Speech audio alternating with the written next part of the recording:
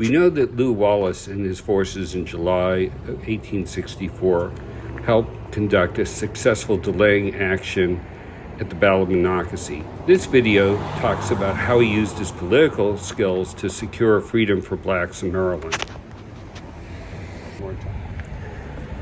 Hi, I'm Brad Stone with the Monocacy National Battlefield Foundation. I'm here in beautiful downtown Frederick. One of the reasons it's so beautiful is many of the buildings that you see here were around during the Civil War. That includes some of these buildings behind me. They're not quite as grand looking, and that's because they were used as stable or as living quarters for enslaved people during the Civil War. Even though this area was largely pro-union and against the institution of slavery, a number of prominent families did own enslaved people. The issue of slavery was coming to a head in 1864, and that's one of the key reasons why Abraham Lincoln selected Lew Wallace to be the commander of the Union Army's Middle Department's 8th Corps. Lincoln picked Wallace because of his legal and political savvy. And he thought he was the right man to deal with this issue of slavery that was coming up before Maryland voters. In 1864, Unionists were increasingly gaining control of Maryland's state government. And by the fall of 1864, the state was on the path of establishing a state referendum to decide the issue of slavery. Now, even though Maryland was always part of the Union, it was also a slave state, and it was allowed to keep its institution of slavery even after the Emancipation Proclamation in 1863, because it and other slave states like Delaware were not in rebellion.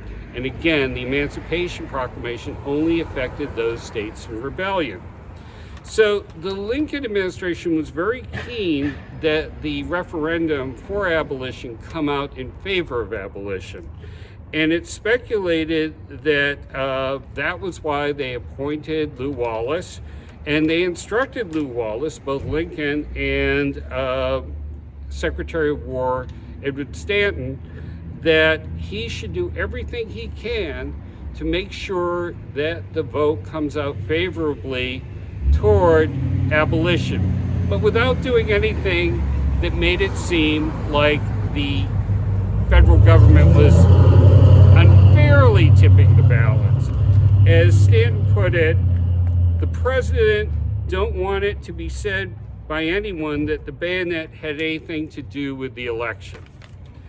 Well, again, the issue of slavery is a very contentious one throughout Maryland, and it was determined that the best way to achieve victory in the referendum was for the votes of Union soldiers in Maryland to be counted, because they were overwhelmingly in favor of abolition.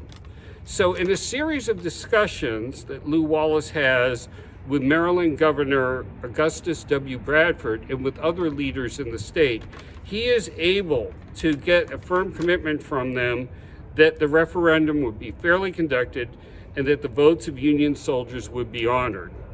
In large part due to his efforts, the referendum narrowly passes in favor of abolition, and the margin